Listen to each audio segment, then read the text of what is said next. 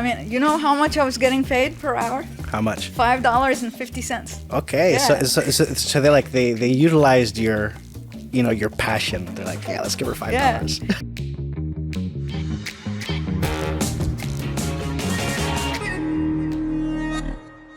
Hello and welcome to the Mayman Show. As usual, we are coming to you from our studios in Riyadh, the Kingdom of Saudi Arabia. And today we have with us a aerospace engineer, Mishaal Ashemimry. Thank you very much for taking the time to be with us today. Thank you for having me. I'm excited. Okay, all right.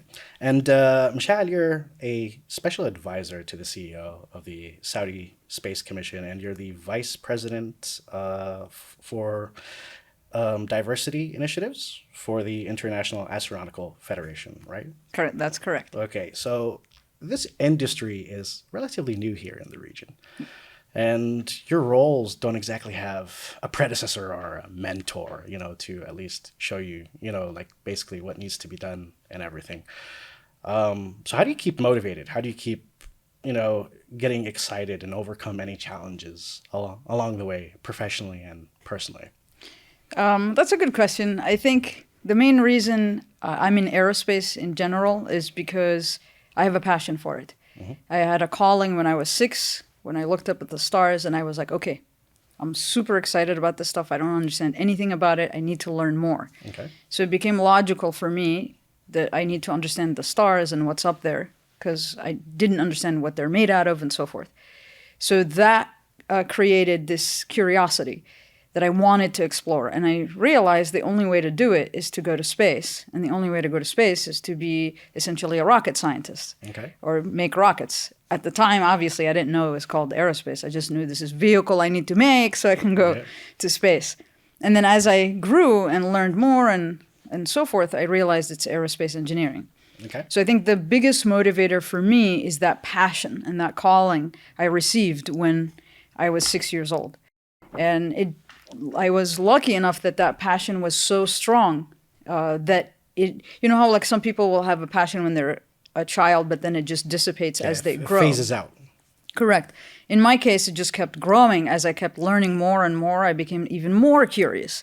Okay. And so I think that's the biggest motivator for me, is to try to create rockets and spacecraft and push the envelope for technology development so that we can explore space more. Essentially, the entire, I guess the essential ingredient inside of me that drives me is the desire for exploration and to understand what we don't understand, which the universe, as we all know, is extremely mysterious, and there's a lot for us to learn. And so that's the biggest motivator in terms of the career I chose and what keeps me going in this career. Yes, it's a new field in Saudi, which is even exciting because, there's a lot that has happened since the 1940s until now. And Saudi is privy to all the lessons learned from then. And now it's kind of interesting to be part of that and to kind of see let's take what's good, and we understand the lessons learned from the bad stuff. Okay. So then how do we move forward from here? And how do we leapfrog into the future? And that's essentially what's really exciting about it. All right. And when did you move back to Saudi? July 2022. All right. And so what made you pick this time to return out of this whole duration of your life outside? Why pick now? Because previously, Saudi did not have much interest in space. Okay. And as many people know, in 2018, the Saudi Space Commission was created. And that showcased to me that Saudi is moving in the right direction from my point of view, which is towards space. And I wanted to see what would happen in the next few years, and it became the right opportunity for me in 2022 to come back, because there's a lot I can contribute to based on the experience I've gained from my past. Okay, so it's the fact that at the moment, let's say it's a green field, has attracted you to come back and apply what you've learned, through your career and help develop the programs here. Absolutely. Okay, that's interesting. And in your whole tenure, you're also an entrepreneur. You're pretty ambitious. You started your own company, which is Mishaal Aerospace. I believe you started that at the age of 26. Correct. So and this was based on your dreams to building rockets as well. Yes. So what makes that, your company different? What niche service makes it unique to others? Yeah, that's a good question, because at the time when I started, which was in 2010, essentially, I left Raytheon, and the U.S. was going through a recession. So all the aerospace companies were laying off people, not hiring. Yeah. So I had to make a choice: either wait for an opportunity until like the economy gets better and people start hiring, especially in the aerospace industry, or create my own opportunity. Okay. So then I was like, okay, let me see what's going on in the market. What's up there? Okay. And one of the biggest deficits or gaps that I saw in the market was small satellites are growing. And technology, as you know, I mean, if you look at your iPhone in 2007 versus now, completely different. Yeah. Much lighter, fancier, does a lot of stuff that a computer can do. So technology advances at a really rapid pace. But rocketry, you only have so many rocket providers to send you up to space. And the majority of them focus on larger payloads. Okay. So we're talking about, between like 29,000 pounds or, many, many thousands of kilograms to put into space. But small satellites are really, really powerful because you can launch them in what's called a constellation, meaning I launch a bunch of satellites at different locations, but they all give me the data from different inclinations, whatever it is that they decide to do with these constellations. And so I started to realize, wait a minute, these guys are going to grow exponentially in the next 10 years. And they don't have a dedicated rocket to take them. Because what happens to them is if you have a satellite ready today, sometimes you have to wait 2 to 3 years to get a launch because you're not a primary payload, because your weight is much smaller than the capacity I can carry as in a rocket. So that if you wait 2 to 3 years, guess what? The technology on the satellites become obsolete. So they've had this issue for some time. And some, like I even interviewed the companies that are satellite providers, and I was like, what are you willing to pay to be a primary? They're like, I'm willing to pay 3 times what I'm paying as a secondary payload just to be a primary. Why? Because they want to have a say when they launch, how they launch, or where they launch to. Because these are some of the problems they were facing. And I was like, there it is. Make a rocket dedicated to the launch of small satellites. So small satellites is a category of satellites between 1 kilo all the way up to 500 kilograms. And I was like, that's my category that I'm targeting. And I will create a rocket that launches them specifically. And not only that, but I want to do it cost effectively. So it's not like, okay, I know they're willing to pay 3 times as much, let me just hike it up. No, I want to do it cost effectively because it has essentially 2 elements.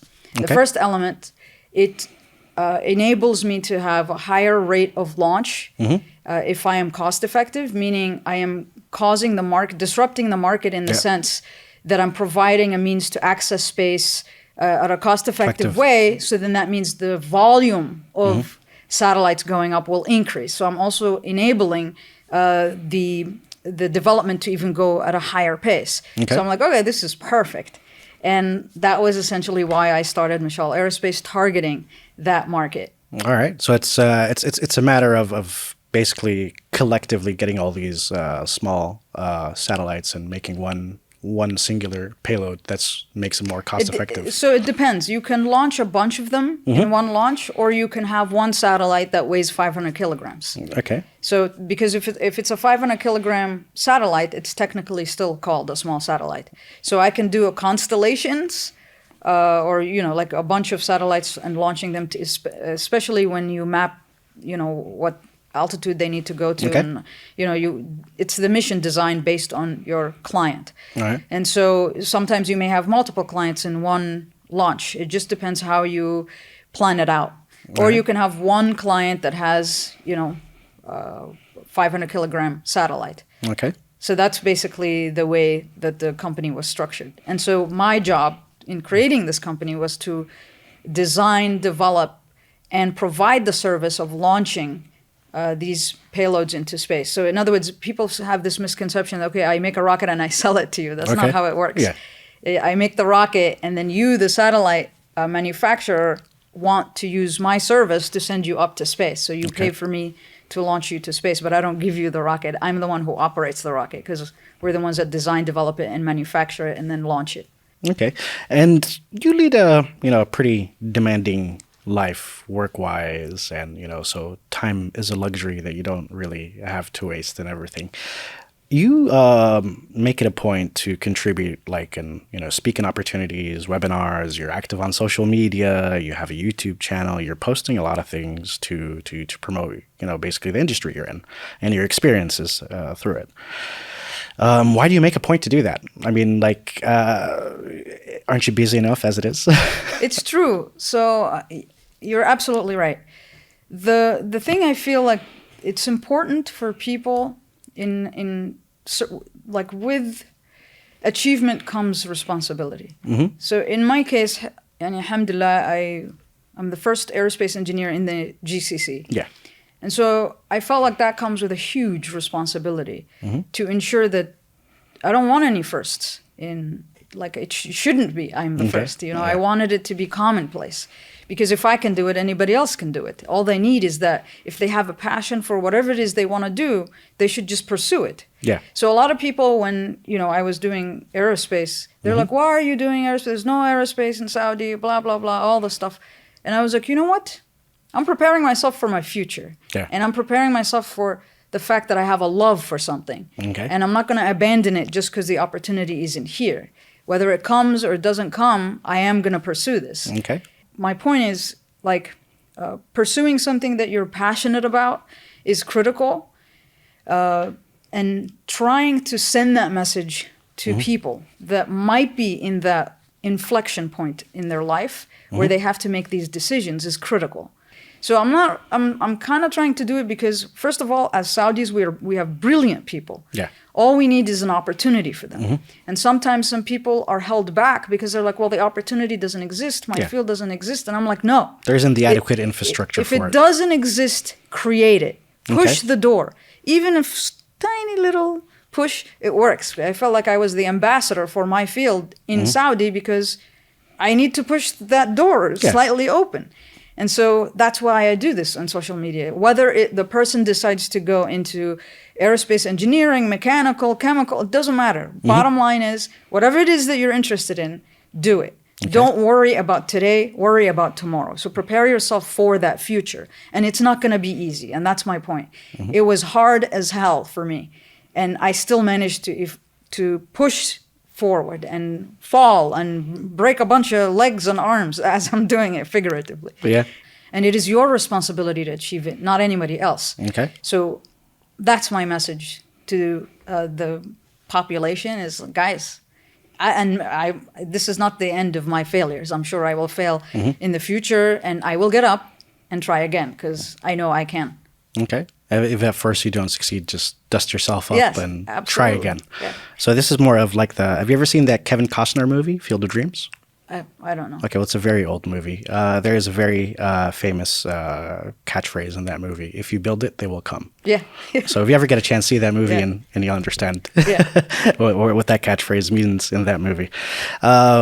So if we talk about your time studying abroad in the U.S., how did you find a way to gain experience while you were there, aside from studying? There had to be some moments where you've done some internships or were involved in some interesting work aside from academics. So internships is related to the profession. If you're talking on the personal level, okay. One thing my father always said that I think is always true is hardship builds character. Okay. And my life was not easy. I was born in Atlanta, Georgia. Okay. And my parents got a divorce. When I became a human capable of remembering things, I was in Enaiza with my mom. And then, I didn't see my father until I was 6.5 years old. So then when I met my dad the first time, I was a child. I was kind of worried, meeting him for the first time, and I was scared. And so I remember saying, my tummy hurts. And he was like, oh, here's something to take. And I was like, no, my mom said not to take things from strangers. That was the first time I ever saw my dad. But then there was an opportunity there we actually bonded, was flying. Okay. So he took me flying with Sarah, my sister, and my brother Ibrahim, and Muhammad even. And I flew an airplane when I was 6.5 with my dad. And I fell in love with it. Absolutely fell head over heels about flying. Okay. And I was like, that's something I have to do in my life, is become a pilot.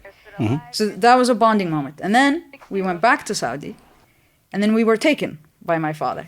And when we were taken by my father, my dad, what I failed to mention earlier is that he was married to my stepmother, Maria.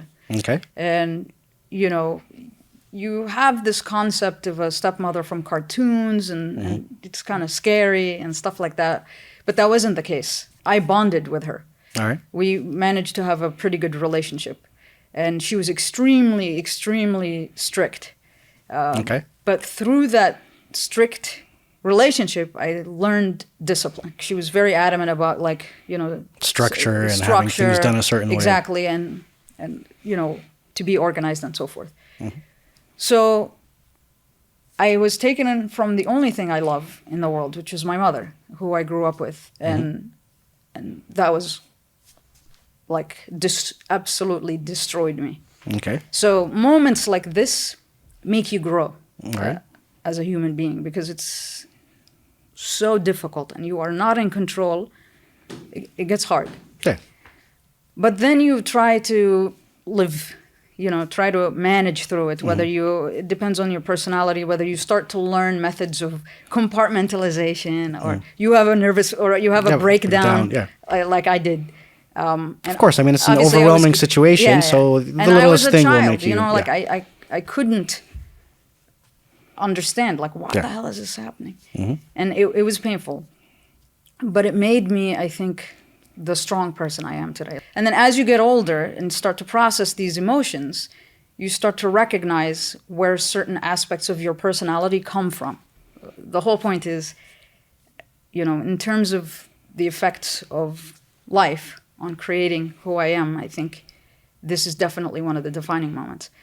And it's interesting that after we lost all the Arabic, and my dad said, oh, let's send them back to Saudi because they lost all the Arabic. So we came back to Saudi, and I finally got to see my mother after so long. And, you know, you cherish every second with her. This time, I had to make that decision for myself, because I recognized that aerospace doesn't exist in Saudi. And if this is my passion, I need to go to the US to be able to go to school and study this stuff. And I knew, like, if I did really well in high school, that I would go to school practically for free in the US. Because if I have good grades, they will give me scholarships. And the day that I was supposed to fly to the US, I had cold feet. And because it's understandable. I woke up to Fajr prayer. Okay. Because I heard the adhan, and I told my mom, I will not be able to hear the adhan in the US, and I will miss it. And I don't think I want to go because I can't be without you. I can't do it. And she was like, absolutely, you have to go because you have a calling, and I will support you 100%. Okay. But you need to do what's best for your future, and this is best for your future. And I went. It was hard. It was super hard because I constantly felt like I'm causing pain.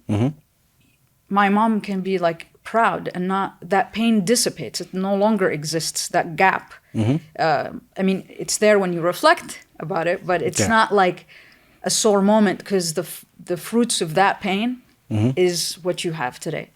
And so that's the answer to this question. I hope I didn't go too long. Well, I mean, we'll get back to basically the experience and everything you gained from college, but that was very interesting details, because it also kind of leads up to a question I was going to ask you after you answered, which was, you grew up in Enaiza with your mother and uncle, and how aside from what you just explained to us, how did that period help shape who you are today? I mean, it created me that you see today, because first of all, Enaiza was the happiest days of my life. Inshallah, I have more happy days, but but you remember them fondly. Like your childhood is warm. Of course. So I remember enjoying riding my blue bike all over the farm, I remember we built a tree house with my cousin Faisal. We used to like run around the farm, play around with the animals, pick fruit. It was awesome. Yeah. You know, I mean, Happy days. It was such amazing days. My cousin Sleiman would try to like prank us from time to time. It was fun because it was, I think a childhood at a farm is impressive. It really changes you as a person and it makes you happy. Okay. Because, and I remember sometimes like, it was like you take this route through with the bike, and then once your bike needs air, you stop at this guy. He's in the farm, part of our farm. Okay. And we'd stop there and he would fill it up because he's got like everything you need. Like everything you need is Mr. on the Handyman. farm. You want a fruit, it's there. You need a handyman. You need to pump your bike, it's right there. Like you don't have to pump it regularly. This guy's got a machine. He got you set up for everything. And then we would go to the food, we will have shahi, we will look at the stars, and that's where, that's exactly where my passion started. So it's extremely warm. I love it. Like, okay. So do you remember how you felt the first time you looked at the stars in Enaiza? Yeah, absolutely. I was in awe completely and super curious because, back then there wasn't a lot of light pollution. So you got to see such high density of stars. Yeah. And I was like, what is this stuff? And why do some like light up differently? And I just needed answers. All I wanted was answers. And then I would remember like when we would go from the house to the farm in a car or whatever, I would look out the window and look at the moon. And I keep asking my mom, why is the moon following us? Yeah. What's going on? And it's like these were constantly things that I kept looking up at the sky and wondering and wondering. It's beautiful. I think it's a very warm feeling because when you look back at the child Mishaal and you see there was a hunger, like an intense hunger for knowledge, an intense hunger to understand my surroundings, an intense, like, I don't know, like there's other kids that look at the stars, maybe don't feel the same way. So I don't know if it was like sometimes I feel it's like a connection you have, All right. Like somehow the stars kind of like went from the sky and grabbed my heart. And I was like, hey, we got you. It completely got your attention. Yeah. That was your Mishaal zone, basically. Yes. It took you away from reality. It took you away from the world, and you're just completely focused. I think it's also the moment where I realized that I've had an innate desire to know how things work. So I would, part of that journey through my life is, opening everything, like the VCR at the time, trying to fix it, even though I had zero understanding and experience or even a picture of what it looks like inside. And I'm like, whatever, I'll open it and see and figure it out. Okay. Sometimes I actually figure it out. I don't know how, don't ask me how, but somehow I managed to fix the phone. I managed to fix the VCR. Okay. I managed to fix the toilet. You name it. I'll just keep, let me look around, tinker with this, play with that. See how it goes, right? Yeah. Sometimes it ends in an epic failure and sometimes I'm successful. So it was a great learning experience through just trying. Okay. So not being afraid to try. Maybe I got grounded a couple of times for failing to fix things and maybe making it worse. Yeah. But it was learning experience for me. Which device was the one that you utterly failed and ruined completely? I think one phone, for sure. Yeah? When it was an expensive phone. Okay. And I was like, let me see. Opened it up, kept pulling stuff out. And then when I tried to put stuff back in, obviously you need to solder some of this stuff. And I was like, okay, let's hide this, see if my mom notices. Okay. And then it was like, obviously I totally watched that one. It's all right. It's okay. I mean, it's trial and error, of course, right? And okay, so let's go back to your time in the U.S. and college and everything, in university. What internship did you do during that period that helped you gain some experience? I'm sure during that period, some of your professors or anyone who's teaching you saw the potential in you and probably has given you an opportunity that not a lot of students get. When I was doing my bachelor's, I did 2 bachelors. So I graduated with 2 degrees, aerospace engineering and applied mathematics. So I had practically no life. Okay. And then when I did my master's, Dr. Kirk, I went up to him. I applied to other schools as well. But the reason why I decided to stay at Florida Tech is because of the research I was going to do. Okay. And I asked Dr. Kirk, I was like, hey, what are some of the topics that, the industry is looking for? And so we sat down, we looked at different topics, and then one of them was nuclear thermal rockets for Mars missions, which is what? An exploration type. Okay. I was like, that's it. Sounds fun. Yeah, and it's a rocket, and I'm in, even though I got a full scholarship at Virginia Tech, but doing scramjets there, which is an air-breathing engine, this was super exciting for me. And so I was like, I want to do this. And who wants to do this kind of research is NASA. Marshall Space Flight Center in Alabama. So I was like, that's it. That's what I want to do.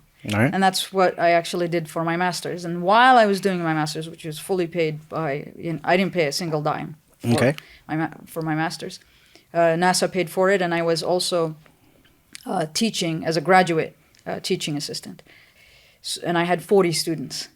So it was a lot of stuff. But there I got a lot of experience between teaching, because when you teach, it solidifies the information that you know, and you learn simpler ways to explain things to students.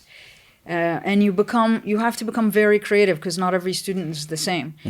And you learn so much in this entire process, between the research, the coding that you have to learn along the way, the teaching the students, to grade so many students as well. So I didn't have time to do internships while in college, but I did work. Like I even worked at the Academic Support Center when I was doing my undergrad. That's better than an internship, but you're working. Yeah. I was working you know how much I was getting paid per hour? How much? $5.50. Okay. Yeah. So they utilized your passion. They're like, yeah, let's give her $5. Yeah. Well, it was minimum wage at the time, if I'm not mistaken. And all right. I was like, okay, cool, whatever. I'll help students learn math and engineering classes. And so I did. I taught a bunch of classes, tutored a bunch of students from like practically every subject in math. Guess what happens when you teach? You learn, it solidifies the information. You learn other ways to describe things, so it becomes... It's different than learning it, because if you learn how to explain it in layman's or the simplest way, it's just stuck in your head, because you have to understand it to explain it in a simple way. Yeah, exactly. So if you want to learn something, teach it. Yeah. Yeah. Okay. So it was kind of cool. All right. Well, I mean, we can sit and ask you a lot of questions. You're obviously a very interesting person with a lot of details. But before we wrap up the interview, do you have any message or advice you want to give to our Arab News readers and audience just following us? I think the strongest message I can give is, we're right now seeing a tremendous movement in Saudi that's super fast-paced. That's amazing. We're seeing a lot of changes to the positive in Saudi. So some people may have a passion to do something, but then they're afraid to do it because they're worried that they might fail. Yeah. And so I always say, and I end most of these interviews with the fact that I truly, truly believe that failure is the seed from which success grows. Okay. So you have to pursue what you really, truly believe in.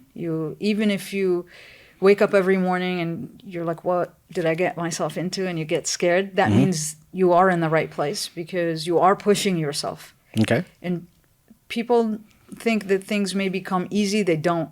They come through a lot of hard work, a lot of hardship, a lot of pain and suffering before you get to where you need to. And just believe in yourself. And if you don't have a skill set that's required to achieve what you want, then prepare yourself for it. Recognize what is required for whatever it is that you want to achieve. Get to know what the requirements are. See if those are not on your skill set list. All right. And guess what? If you can graduate from high school or college, you can learn. That's basically what that degree tells you, is that you can actually learn. Those are the things that are your responsibility to do in order for you to succeed. If you fail it's not a big deal. Yeah. You just learn from it and try again. All right. I mean, it's I always sit there and say everybody looks at success and they think it's a short path and everyone can get there, but nobody, as you said, sees the the hardships and the long trail to get to that successful moment in your life. Yep. Yeah. And I think one last one, because of the things I mentioned in terms of the personal aspect, some of us may struggle with our past in terms of pain, things that are very painful. And some people choose to just deflect it and not look at it at all. My recommendation, it is healthy to look at these things. Yeah. And like I said, you have to make a choice whether you want it to destroy you, in the sense react to it negatively, or whether you want to use it as fuel to take you in the positive direction. You know, we all suffer. Every human being suffers. That's the common thread between all of us. And that's why a lot of the times the stories that resonate with people are stories of pain. Yeah. Because everybody's endured some sort of pain along the way. We're all human. Yeah. And so the best part about pain is that you can grow from it. And how you grow is your choice. All right. So you need to make that conscious choice to move in the right direction, to push yourself, to make you a stronger person. Am I lucky enough to say that you've never given this advice to end any other interview? This is the first time? I mean, I've given some types of advice, but I think on telling the actual painful parts or attempting to do so in a short period of time. Yeah. I mean, it's tricky to get it in half an hour or less, right? I mean, the story is long, and there are, the good news is that the outcome is good. All right. Okay. And so that's why I'm making this recommendation, is that instead of, if you look at it, understand it, and utilize it to create a better person or a better product coming out of you, then that's the direction that I'm recommending. Okay. So... Well, that's some good advice. And on that note, before we wrap up, may you always be like a phoenix that rises from the ashes. Thank you. And that's all the time we have for today's episode, ladies and gentlemen. Tune in to our next Mayman Show.